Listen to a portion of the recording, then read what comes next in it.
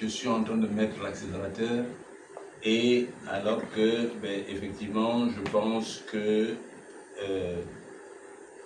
les autorités de la transition ne vont pas se présenter.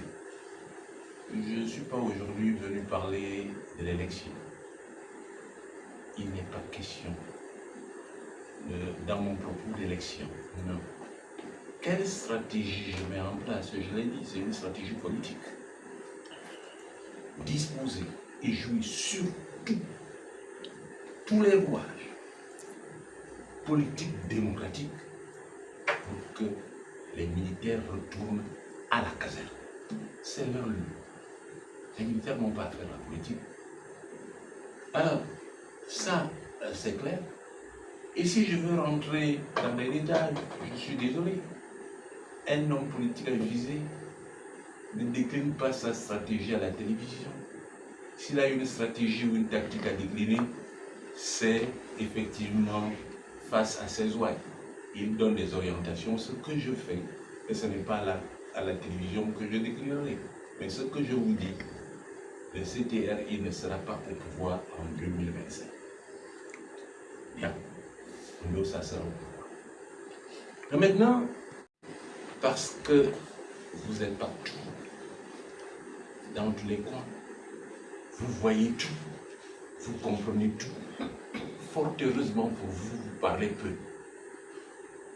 Vous parlez peu. Parce que si vous étiez donné de dire tout ce que vous savez, ce serait très très grave. Revenons sur l'objet de mon intervention, à savoir l'élection. À moins de se mettre des œillères, tout le monde a vu le taux d'abstention. Les Gabonais ont rejeté cela. Et généralement, ce qui se passe dans des pays normaux, c'est qu'à l'issue de cela, vous démissionnez. C'est ce qu'a fait le général de Gaulle en 1969. C'est ça la sanction du référendum. Dès qu'un référendum donne des résultats contraires, automatiquement on démissionne. Aujourd'hui, au Ligui, au regard des résultats que je viens de donner, devrait démissionner. Lui-même, il sait. Il sait. Et tous les Gabonais le savent. En dehors de sa petite caste de personnes qui sont des assoiffés d'argent et qui le nourrissent d'espoir, en dehors de ce casse-là, les vrais Gabonais, même ceux qui sont dans son camp, savent que la situation est grave.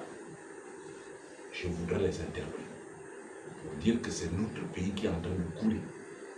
Une partie du Gabon ne va pas s'écouler, ne va pas couler au détriment d'une autre. Si une partie coule, tout le Gabon coule. Il ne faut pas que ceux qui encouragent Oligui aujourd'hui à aller dans le mauvais sens pensent qu'eux, ils pourront être sauvés. Loin s'en faut. Alors, peuple gabonais, réalisez son nom. On vous a dit que le oui a gagné, le oui n'a pas gagné. C'est le non qui a gagné. Le non a gagné en France, le non a gagné chez nous. Bien sûr, il y a eu un grand pourcentage de oui. Mais c'est cela aussi la démocratie. Accepter les autres. Ce que le PDG ne veut pas faire. Et le CTRI, qui est à la suite du PDG, ne veut pas accepter, ne veut pas laisser vivre les autres. Pour eux, c'est le monolithisme. Tous derrière Oligui. Et ensuite, moi je vois des parents qui me téléphonent. Qu'est-ce que tu es en train de faire? Il faut qu'on comprenne, c'est cela un pays.